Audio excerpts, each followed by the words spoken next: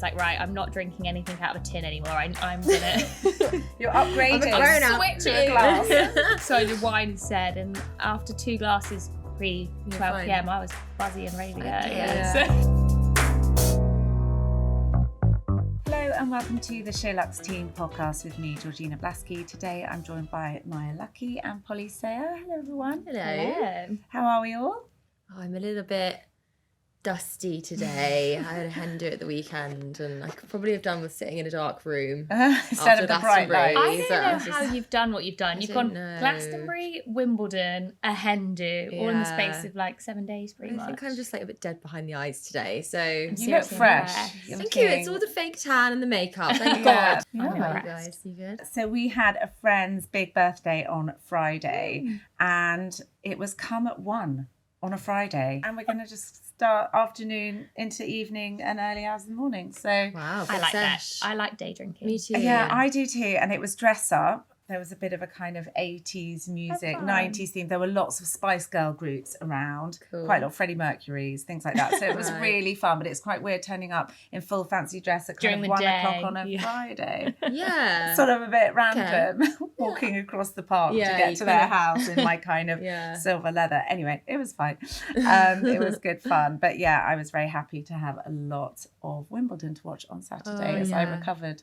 So good. yeah, I'm it just was sticking good. that on in the background, I watched it intently, but it's also kind of I was like beavering about like yesterday, just doing some house bits. It's just kind of comforting to have it in the background. It's like the golf, that kind of same Yeah. sound of just sort of really gentle and yeah. I feel like we're the opposite because honestly, like that sort of thing on the television, like sports constantly playing, just gives me the ick so bad. Does it? Yeah, I hate it. So I even- can't have football on in the No. I background. mean, that or is rugby. all that's on in my house is football, Okay. football. Right. It was just a bit triggering. I just hate that like commentating sound. Right. Oh, I I'm like, find it ugh. quite sort of like gentle, and Yeah. especially like tennis as well, because it's sort of like, it's fairly quiet for a bit, and then and that's a lovely shot. Yeah, that's from what Maddie kind Cullen. of honestly gives me the creeps. How you do?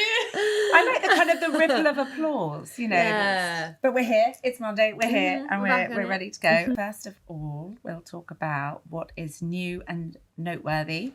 Polly, what have you got to share? So, I've got a beauty product to talk about first, and it's part of the Fenty Beauty hair range. I've never tried any Fenty products before, to be honest. I know lots of people really rave about them, and they kindly sent me some hair bits to try. And for me, it's the 5-in-1 sort of heat protectant product, which I believe sort of does a few different things at once, like smooths your hair out as well as protects it from heat up to like 230 degrees, Oh, which is wow. pretty good.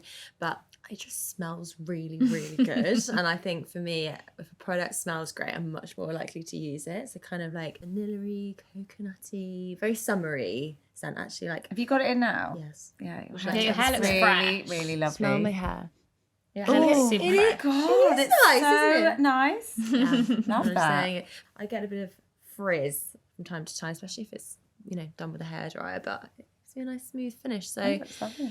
thank you. Yeah, I was like, gotta make sure my hair looks great if I'm going to talk about hair products on the podcast. Yeah, no pressure. But yeah, I really like it. They do a lot of good ones for curly hair, particularly. So if you want something to like define your curls, I'm unfortunately not blessed with any natural curls in my hair, but I'm told it's also very good. I constantly forget to use heat protectant, but my hairdresser like 2 weeks ago was like, it's the one thing you can't skip. Like Yeah. you're better like not washing your hair than not using Really? heat protection. Yeah. Right. It's like going out in the sun in a And not 40 degree, wearing- 30 degree heat and not putting SPF on. It's like the same Yeah. thing. Well, Yeah. I used to heat style my hair like every single day, like with straighteners and a hairdryer and whatever. And I'd wonder why my hair was like frazzled at the Breaking, ends. But you yeah. just think like someone was like joked for whatever reason, like, oh, if you've got any straighteners, you could just iron your hair. And I was like, God, no, that's awful. But then you think, That is what you're doing. the same Yeah. thing. Thing. Like we expect it to just handle heat. So it's like, yeah, like no shit. Like Yeah. heat protection's really important if you want to keep your hair looking nice, especially for fine-haired girlies Yeah. and Yeah, diet and I've got stuff. fine hair. And also, by the time you sort of forget the hair that's on the end, and you're like, why is it so dry? Why is it so frazzled? Which I have a real problem with ends on my hair. JVN, Jonathan Van Ness, came in. I heard him talking like, yeah, your ends look all dry, ratty and frazzled. But that's because the hair that's at the end of your head is like 5 or 6 years old. It's Yeah. taking You all know, the beating. It's taken all the beats. Yeah. So if you're heat styling every day, that's why you need your heat protector. Yeah. To keep it fresh and young. Yeah, so it is important. And yeah, for many years I didn't use one either. I'm like, what was I doing? I know. Crazy. Right, need But to now go you've for got it. one and it smells amazing. And you love Yeah, so highly recommend. And the second thing that I've enjoyed is a documentary on Now TV called Ibiza Narcos. And look, I don't think it's like the best thing I've seen in the last year or whatever, but it was quite good fun to watch. I stuck it on yesterday, a little bit hungover, just wanted something like fairly easy watching, fairly entertaining. I'd finished House of the Dragon and it came up on Now TV as a little suggestion. I was like, okay, I'll give that a go. And I watched the first episode and it's essentially about how the drugs industry trade entered Ibiza, because obviously Ibiza's a big party island. It basically started in the 60s. I think Ibiza was actually quite a sedate, like, you know, quiet island, and then hippies came in the 60s, and they wanted to come and just like have somewhere where they can, you know, live a free, nice lifestyle, take a few drugs and make love and have a lovely time. So they sort of interview some like ex-hippies, I guess, or like former hippies. They definitely give like hippie vibes still, I would say. Yeah, interview the hippies, some policemen, and also a couple of the, like, I guess not like drug lords, but clearly like people who were The cartel. yeah, essentially the cartel. And I'm just like, how did they get these people to talk? Yeah. Because, you know, they talk pretty candidly about how, you know, their operations and, you know, all their like prolific drug taking at the time. But turns out a few of them have actually been in prison for quite some time. So it's like, okay, they've done their time. But the characters are so funny. It's kind of peppered with some like reenactment actors and stuff, which I found a little bit grating, but kind of like helps to bring the whole thing to life. But if you want something that's kind of like fairly interesting, like kind of entertaining, yeah, I'd recommend it. It's kind of, yeah, I've like learned some stuff about it, because you kind of just see Ibiza as this either very like zen, yoga, hippie vibes, or like party. Yeah, it's like a real island of extremes. Yeah, but actually it's nice to hear about its history and how that scene kind of grew. So yeah, I might watch the next episode. Cool. Yeah. And finally, just a shout out to a brand that I've recently come across called Cedras. I think I got a lookbook sent to me and had a little look through. And you know, when you're just like, oh, I would literally wear all of this. This is so cool. I think it's kind of Mediterranean vibes, lots of fun prints, cool dresses. I'm not like actually that big into prints generally, but they're all quite like cool prints. Nice. And I've just got a dress on the way actually, because they're in sale at the moment, so it's worth nice. checking out. Some loads of really good stuff in the sale with some good discounts. But it's kind of like this bandeau dress and some like funky, almost tie-dye colours, and it comes with this like necktie thing. Oh, I like nice. that. Yeah. Nice. And like on the website, the model's got like a bob similar shape to mine. I'm just like, okay, I can see it, so I might wear it to a wedding. Nice. Big fan. Have you got a And- holiday to wear this dress on? No, I'm really annoyed. Actually, I think I need to book something. You've run out. I've actually run out of holidays. It's lame. I'm going to wear it in the UK, hoping it's the weather improves. Yeah. It will. But, my next holiday is a cycling trip in the Himalayas. So it's right. not giving dress, really, is it? Cycling trip. blowing. Yeah, blowing in the wind. Woo! It's probably going to be cold. I mean, a classic situation where my boyfriend wanted to go, and I was just like, okay, yeah, sure, I'll come. And the more and more I hear about it, the more like terrified I am, / like, geez, like, why am I doing this? It's going to be full on. Well, you've run a marathon, so like, come on. You I can do it. don't know. Yeah, I'm hoping it's going to be one of these like things that was like, you know, amazing when you've done it and you're like, oh, I'm so glad I came. But like, you know, the Himalayas are famously quite hilly. Yeah. It's not mountainous, gonna be easy. in fact. Mountainous, yeah. They're talking about getting like acclimatized to like the altitude and stuff for a couple of days. I'm like, Jesus Christ. I mean, it sounds extreme for sure. It is extreme. Yeah. It's like, why couldn't we have just gone to Greece and just like we Sat on a boat. But great. I'll be fine. I'm sure it'll be amazing. Can't wait to hear all about that. Yeah. Anyway, let's hear about you guys. Enough about me. Georgina. So I've got a recommendation, which is somewhere lovely to eat where I went recently. It's called Bar Duro. It's Portuguese, small plates in London Bridge. There's also one in the city. It's in a railway arch, and when you walk in, all the tiling is blue and white, authentic Portuguese tiles, which I think have some specific name that I'm not going to try and pronounce. I went with a friend and we kind of sat at the counter, and it's big open kitchens. You see them preparing everything. It's lovely. All the ingredients are kind of, they're UK sourced, and then they're a special kind of artisan products brought in from Portugal. So yeah, it was delicious. And the highlight for me was these incredible like garlic prawns, but really big ones like the gambas. I love prawn. that. It just takes me Yeah. like to the kind of beach restaurant. Oh, love Me it. too. We had this really great drink. So my friend was abstaining from alcohol at the time. I had a couple of glasses of rosé, but she had this thing they suggested her, and it's called Botivo. Oh, I've had it. Have you had it? Really nice. Oh my God, it was so amazing. So Yeah. how did you have it? Because she just had it, I think, with soda water. I think they made it like into a mocktail type thing, but I think it was just soda water and maybe some like fresh berries and mint or something like that. Yeah, nice. But it's quite like a bitter. Yeah, like a Campari Yeah. almost, sort of really bitter. I think it's got apple cider vinegar in, so it's all unpasteurized and it's really good for your gut as well. But it was really refreshing, and it was just a really nice thing to have. I think if you're not drinking, you want something a lot of options can be quite sugary, quite sweet, a bit kind of sickly cocktail, whereas this was like, no, it's nice. botanical You and feel bitter like you're and- drinking an alcoholic drink for sure. That's Yeah. cool. Like it doesn't taste like alcohol in the sense that it's not like, oh yeah, I can taste the vodka in that. But because it is that bitter flavour, you could be having a gin, a Campari, an Aperol, anything like that sort of thing. yeah, feels like it's a grown-up. proper grown-up Yeah. drink. Yeah. Exactly. I was then like Googling it, looking into it, like I need to get some of this.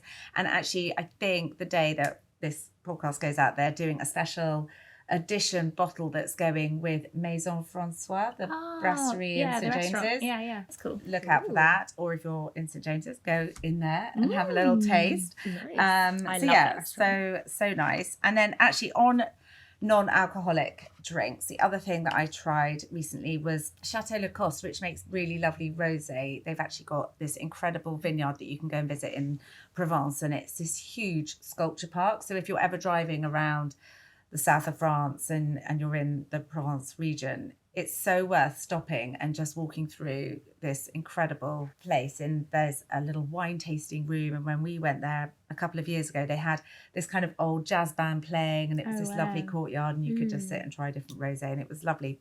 But they have actually launched a sparkling non-alcoholic rosé, which is made like their normal rosé, but then they just extract the alcohol. So it's actually got that kind of quite authentic rosé taste. Because again, non-alcoholic wine is a very, it's really hard to find anything. It's usually just very acidic and apple cider vinegar. Yeah, exactly. It doesn't taste anything like wine. It tastes like grape juice, Yeah. kind of not very nice. So it's still got the kind of like the watermelon and the citrus and those kind of rosé flavours. So yeah, that's just another one I tried recently that I wanted to mention. I'd like to try that. Yeah, and the bottle's really beautiful as I think well. it really helps, doesn't it, when the bottle's lush. Like I tried another different one recently called Non, I think. Oh yeah. And the bottle's just very chic. And Yeah. I'd say it's like, it doesn't taste like wine to me, but as like a nice non-alcoholic drink that feels a bit more like grown up. Yeah. I gave it to my mum because she's not been drinking recently and she really liked it. So, and I think she's tried her fair share of non-alcoholic drinks and she was like, I really like that one. Yeah. You do want to feel like you're opening a bottle of something and it like it's a nice treat still, regardless of the alcohol content. And this one was called New, Nooh. And again, if you've got something where if you're with people and you've brought your own non-alcoholic drink because you kind of want to join in whatever the celebration is, but the fact it kind of pops when you open it just makes it feel a bit more elevated, I guess, than turning up with, I don't know, Bottle of some sparkling fizzy water. lemonade. Woo!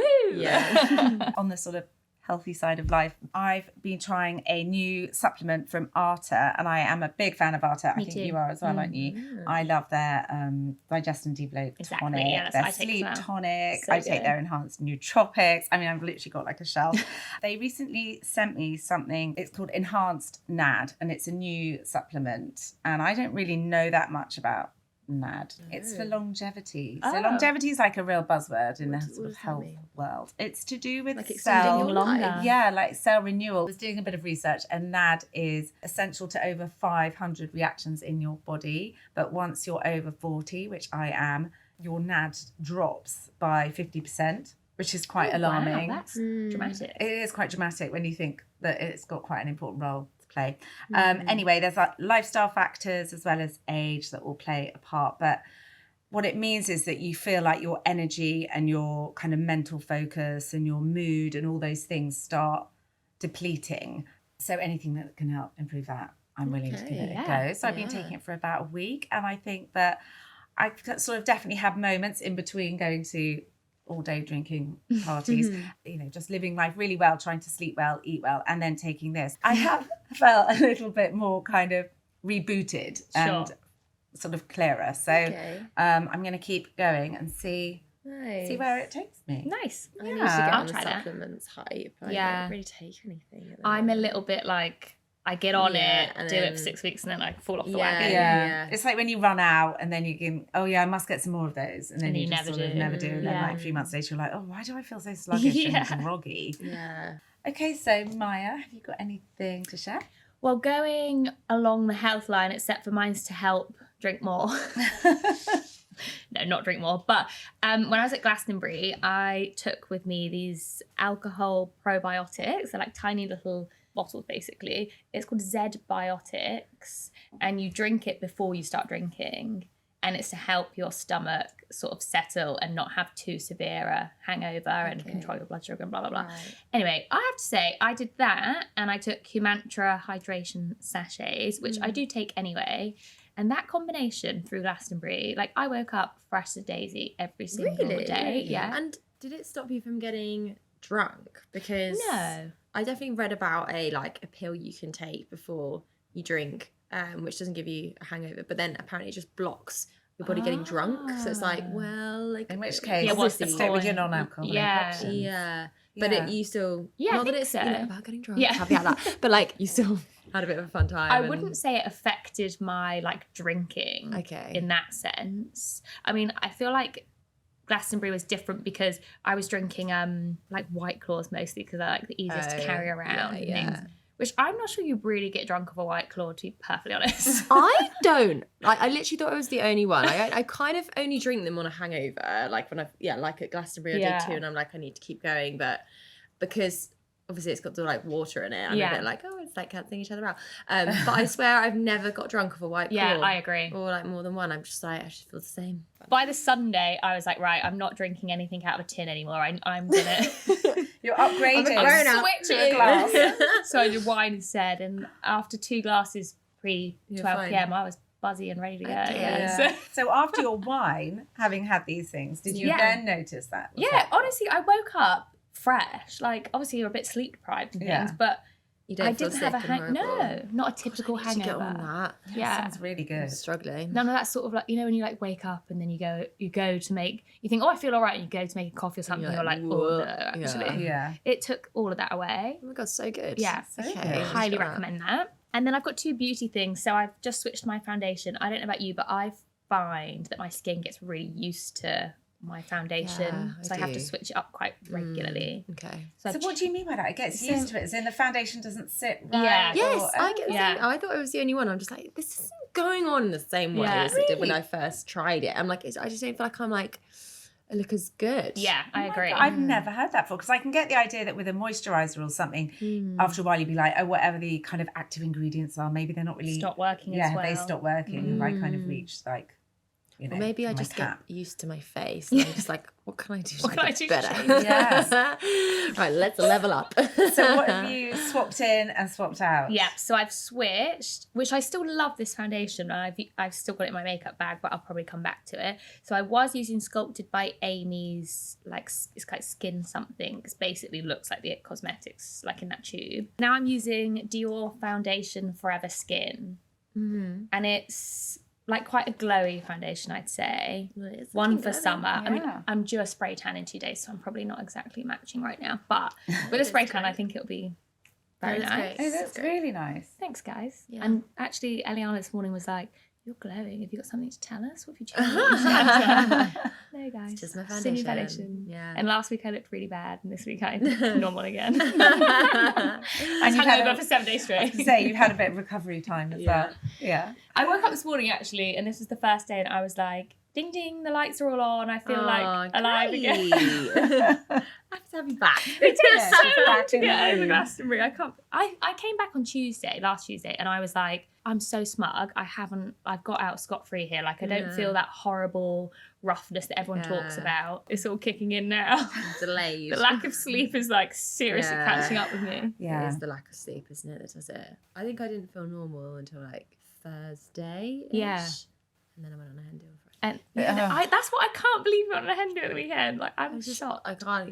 You just have to go again, don't you? My second beauty thing though is it is a Sculpted by Amy product. I actually love everything that she does. I think her stuff's amazing. She has this lip duo, which is a lip liner on one end, but if you like apply enough that you can sort of turn it into a lipstick, and then the other end is like just a clear lip gloss. And I use it in the colour Bay, and I think it's just like the perfect summer. Wearing it now? I'm actually not, because it's run out. I've just reordered it this morning. It's literally hit pan. It's empty. My third one I've bought because I'm obsessed with it that much. It's like the only thing I've been wearing. It's like a more of an burnt orangey nude, which sounds a bit strange, but it's really nice with a tan and lush. I've never tried any of Sculpted by Amy. I love that brand. I think it's so good. Really? Yeah, really good.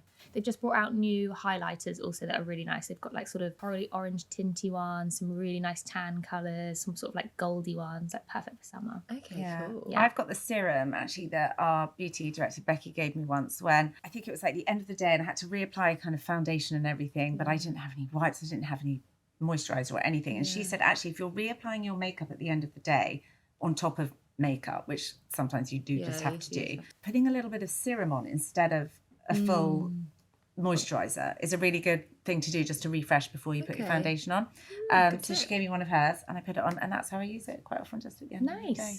It's very like glowy, dewy, natural finishy. And it just kind of, I don't know, the one I've got anyway, it just kind of like glides on. It's really light and it just sits really nicely. Yeah, I'd love it. Yeah. Staying with beauty, we'll move on to the SL picks of the week. And actually, I'm going to say the Gucci Westman How to Contour Beauty School. I have never got into contouring, and I think I just got a bit kind of freaked out about it, seeing the sort of people I'd see on Instagram doing it, and it all looked so like weirdly airbrushed and a kind of a bit AI and heavy. Quite an extreme look. Yeah. I was just like, this is not for me. I'm too old for this. I don't have the right bone structure for this. It's not great. But watching Gucci's video on Beauty School, I just was like, okay, I've got to try it. So I now obviously need to go and get all the kind of the sticks and the products. But I just really loved, I think it's only about 5 minutes, and she just goes through, perhaps maybe because she's a bit older, but she has got the most insane jawline and cheekbones. So she, obviously she's got good, she's kind of, her face is hanging on a good framework to sort of contour anyway. She's got a good canvas to work with. She does, but she just did it in a really, like, she does the big line, and I was like, okay, where's she going with this? And then she's blending and highlighting and doing it all, and she just made it look really easy. Okay. And it was really nicely filmed, and she just looked great. So it's kind of nice really to see that sort of thing, isn't it? Done in a, I don't know, more approachable way.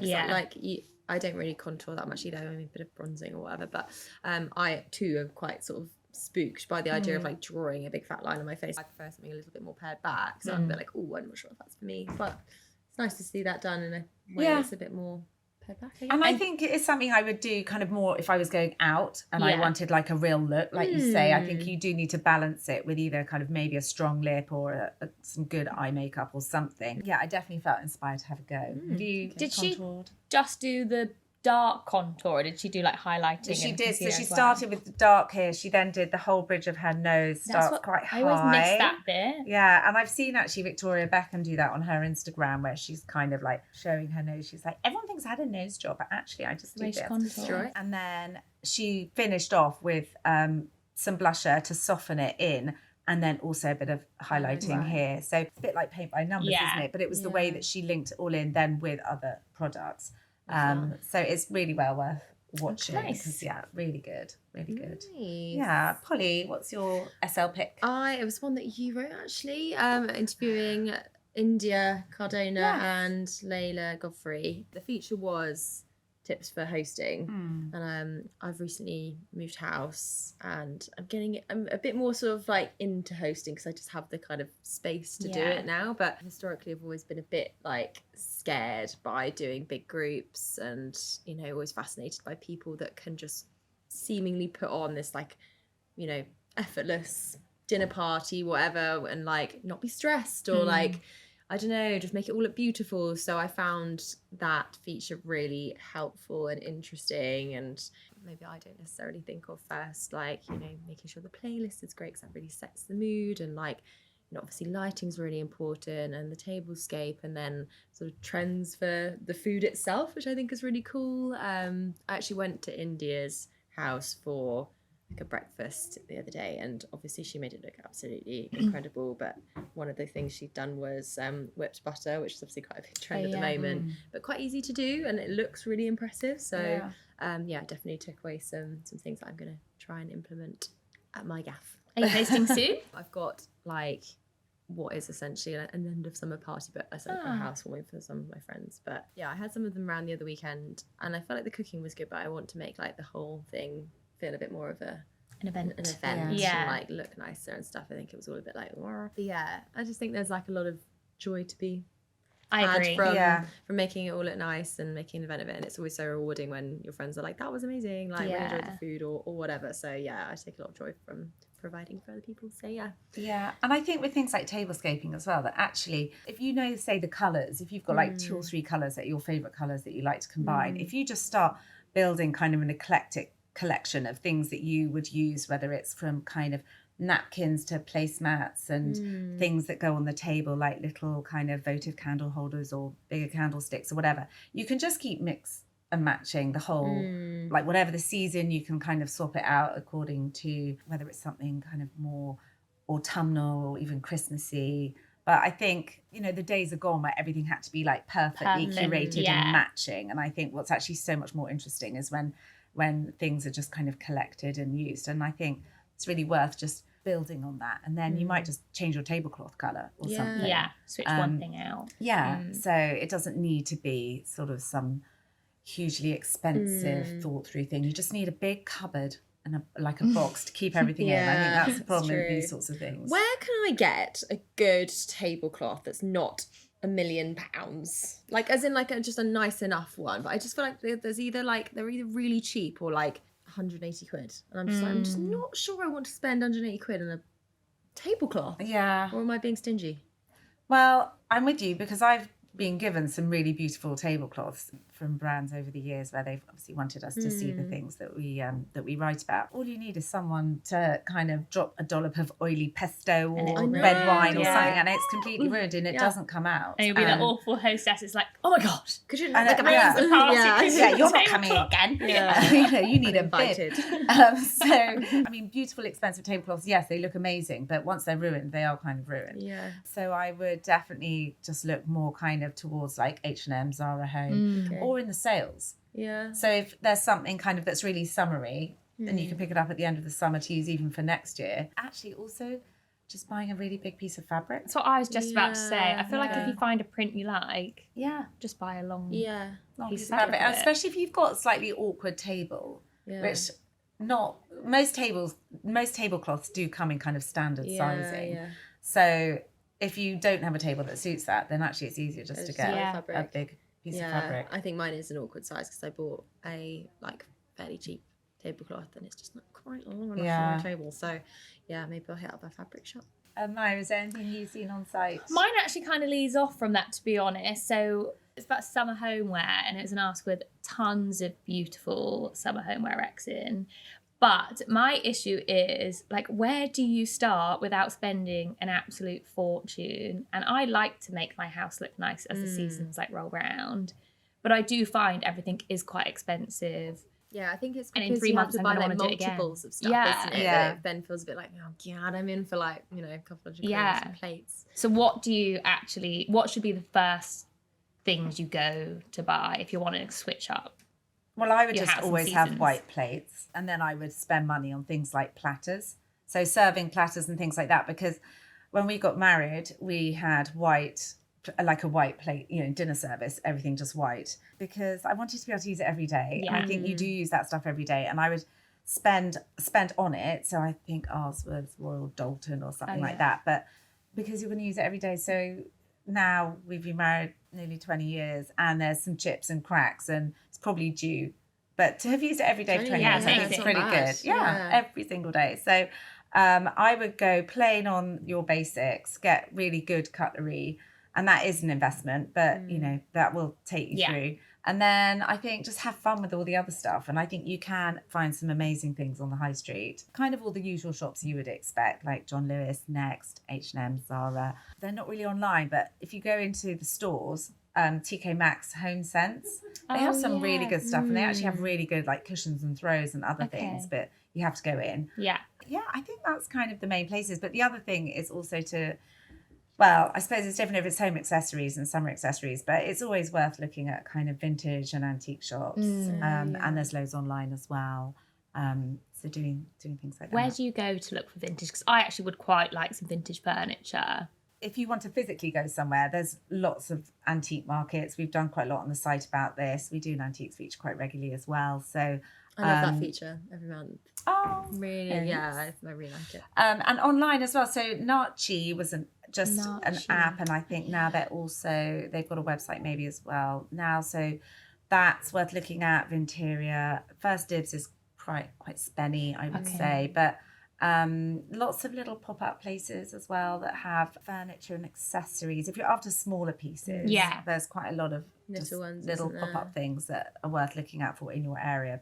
Kempton Antiques Market. I know, I keep meaning to go there. If you're in London, I think that's the one. And if you're heading out of London, then kind of there's incredible Cotswolds villages that have auction houses and things that are worth investigating. I also came across one on Instagram the other day called Custodian Antiques, and I really like all of their stuff. I think they source antique furniture and sort of restore it a bit and then resell it. And I'm like this close to buying some of their bedside tables. It's all quite like bobbin style and that sort of thing. But really beautiful pieces. Yeah, and also no one else will have them. Yeah, and you're doing good for the planet because you're not buying new. I also think if you can be bothered, Facebook Marketplace, like you can get so many good bits on there. Like it's a bit more of a trawl, isn't it? Yeah. But I got some bits for my house. They're old chapel chairs, and because my house is a converted chapel, I was like, okay, I kind of like that. Yeah, that's nice. But they look really cool with the dining table. They need a bit of love, but I kind of like when furniture's like a bit more like weathered and like it's got some character and stuff. So and mixing and matching it, I think it's nice. Yeah, definitely. And eBay actually is still worth a look. I need to try and sell some things, which actually I find harder than the purchasing side, like selling flogging stuff. I find. I'm trying to get rid of a trampoline at the moment. I mean, and no luck. Well, I think it's going to be a giveaway soon because no one wants to buy a trampoline. It's so hard though, isn't it? Because sometimes when you put it on for free, you just get a load of time wasted. Yeah. So it's always worth putting it on for like 20 quid just to like get those like time wasters They're out. actually going to turn up. And then just be like, you can have it. Yeah. Maybe that's my strategy. I might change my listing. Yeah. I remember my mum telling me once that she'd put on a pair of like hair straighteners on Facebook Marketplace for free. The woman was like, in the same town that she lives in, and was just like, do you deliver? And I was like, no, like it's a pair of hair straighteners, like and they're free. And she was like, oh, I don't think I can get over to you. It's like, I'm not going to spend my fuel to get you. Like it's like the audacity, isn't it, of some people? People just like, are strange though. Yeah, they can be. Yeah, and like I find it so fascinating because like the idea of inconveniencing someone literally sends like shivers down my spine. But I think people just don't care. They're like, I am such a people pleaser that if I was your mum, I'd be like, yeah, no worries. What's no your worries. address? Yeah, can I help you? What time works for you? Yeah. Wait, what? Am I doing this at all? Do you think you have a coffee en route? Yeah. Do you need a back rub while I'm there? That's so funny. I don't know how to move on. Where do we go from back rubs to Wimbledon? Yeah, exactly. Speaking of back rubs, Emma Raducanu had one on the court yesterday. For quite a long time. Nicely done, Polly. A neat segue, yes. Yes, no worries. very neat. So in the news at the weekend, it was all about sport, really, the whole weekend. It was. We had England hopes in the tennis, which kind of, well, by yesterday evening, Sunday night, Emma was out. She was our last one. So she's gone. They've all gone. Yeah. I was really sad, actually, that she pulled out the mixed doubles with Andy Murray because I was looking forward to that. But I kind of get why she did. To try and boost her chances in her own. Which, sadly didn't work out for No, her. she had a tough opponent. She did, yeah. Lulu Sun played really well. Really well. Yeah. I've watched a lot of Wimbledon all weekend to the point where I feel like I kind of got the dress code for Cosplaying. Wimbledon. It's like subconsciously infiltrated my mind. So we had the tennis, which I did spend most of the weekend watching. And then there was the football. Very exciting. Did you watch It's coming it? home. I did watch it. I'm quite impressed that we've come this far. Yeah. Well, I didn't actually watch it, but I don't think I could have even watched that penalty shootout because it is just so nail biting, and obviously with all the attached history that comes with penalty shootouts in England, like I can't bear it. But I did see a lot of like reactions on social media. As that moment happened that we went through or whatever. And do you know what? Like, I'm not a massive football fan, but there is something about international football and when things go well, it the atmosphere it creates unifies everyone. It does. It can often feel so divided. You go through everyone's stories the next day, and everyone is in the pub, like having a good time on the big screen, like dressing up in England shirts. Like, well, it don't have to be England shirt if you're not English, obviously, but it is just so fun. It's like a great time of year. I love this little sports section of the season. It's fun. It is nice. So I was watching Emma Raducanu in one room. My husband was watching the F1 in the other room, and I've never heard him watch something and like jump up and down literally from the sofa up, oh my god, clapping, then sitting down again, and like woo, and he was just like, why is no one watching this with me? It's like the most exciting Grand Prix I've watched for about 10 years. Come on. And I really didn't appreciate what was going on in that race until afterwards, when I sort of then heard. And I was like, okay, quite a big moment. So Lewis Hamilton had his last podium 2 years, 7 months and 2 days earlier to Sunday. He was obviously one of those guys like Max Verstappen who's winning every race every week, to the point of kind of like, this is a bit boring now, like it is with Max Verstappen now. And it's just so you can see like what it meant to him. He was kind of crying into his helmet. I think he's 40 next year. Well, I think everyone was a bit like, come on mate, give it up, you're over the hill now, like move on. And he's like, I'm gonna show you. He dug in and he delivered, and it was great. What I actually found even more exciting was when I did get kind of like pulled in to watch the end, and there was like Brad Pitt floating around. So he's filming a movie with Lewis Hamilton called F1.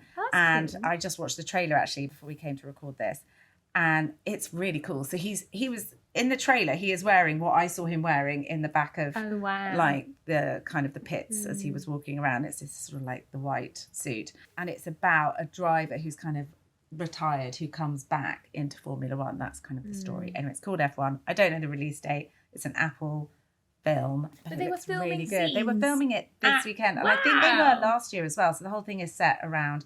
Well, maybe the film goes around the whole world following him. Circuit, But Brad Pitt's looking pretty good in it, from what I can see. Anyway, so I'm looking forward to that coming out. So that was something to look out for in the future. Yeah, I'll watch that. Moving on to community questions. Maya, best setting sprays for summer that hydrates and give a lasting glow. I'll do two different ones. One for a glowy one and one for actually like keeping your makeup on all day. I feel like the keeping the makeup on all day, Elf do both an amazing primer and a setting spray, and they're both called, it's like the grip line basically. They're unreal and they're so affordable. I think you can buy them in Boots. They're like less than £15. And then my number one, which I just always use for a glowy setting spray, is Charlotte Tilbury's Airbrush setting spray, I think it's called. I think that one just leaves your skin kind of, tacky is not the right word because that sounds gross, but it, you know, that sort of like sheen that you don't really want to touch your face because it is a bit sticky, but it does keep that like healthy, summery, dewy look. I've never used one. I just not sure that I'd like to try though. I love one in summer. Okay. I don't tend to really wear them in the winter as much. I'll just use like powder and a primer. But I think in the summer they're good just for a layer of keeping it in place without having to put powder on, because obviously you are going to like sweat and get a bit warm. So powder is like not ideal in the summer. But I'd highly recommend. Polly, can you recommend the best place to give clothes away to, whether it's, should you go down the rental route, secondhand shops, selling? Well, I guess it depends whether you're happy to keep the hold of the clothes, because, you know, so I guess, you know, if you want to like make space in your wardrobe, then obviously giving them away is probably the best thing you can do. But I do know that I think HURR, the rental site, does a kind of concierge service where they'll take the pieces off you and kind of manage them for you if you can't be bothered with the admin of like the rental stuff, like renting out your own clothes, and B, if you want the space in your wardrobe and you can kind of take them back anytime if you want to wear them. But, you know, if you want to get rid of the clothes and make space, I'd say eBay, Vinted, Depop, all of those are great. I'd say eBay is better for like higher value items personally. I think there's like just designer pieces. Yeah, and like handbags and stuff. And I think their authentication guarantee service is really good. It's free, and I think Vinted is great, but to me it's a bit more sort of lower price, quick. Sometimes you see your like Vinted drama on Instagram and stuff. So I think if it's your higher value stuff, maybe go eBay. For quicker, lower value stuff, Vinted is great. If you want to get rid of stuff, I do just think give it to your local charity shop. And there is also The Circle. I'll give a shout out to them as well. They manage it all for you if you really, really can't be bothered with taking stuff to a charity shop. I think if you're within London, they'll collect it for you. They photograph it for you. They put it on the website. I think they take a 30% cut, I believe, and then you just get the payment as and when the item sells. So if you really want a kind of like low fuss thing, you haven't got the time to manage it yourself, then try The Circle. It's CIRKEL. Amazing. And finally, there's one question about moving to London. Any recommendations to make the move easy? The main thing is probably to move to an area where you already know people. Maybe if you've got friends who've moved to London before you. If you don't, it's a big city to move to if you aren't used to it. So I would definitely try and move somewhere where you've got either friends or family or just somebody to kind of help show you around. If you're moving to London because you've got a job, I would just be really careful to look at your commute and make sure that you're just making life easy for yourself. It's expensive to move around a city, and I think you need to be realistic about where you're spending the majority of your time. Like, don't just go for an area because you think it's like nice and like I want to live in, I don't know, Clapham, or I want to live in Fulham, or I want to live in Shoreditch because it's cool or whatever. You're like, where are you actually going to spend your time? Because traveling all over the place gets tiring, whether it's for work, whether it's for socialising, whether it's for whatever. And London's huge, so it takes a really long time to get from one end to the other. So I think expensive, like you say. Like if you're going to Uber every night because you're out late or something, like that's going to add up. Yeah, for sure. Okay, I think that's it for this week. Thank you so much for watching and listening. Please don't forget to rate, review, subscribe, and tell your friends, and we'll see you next time.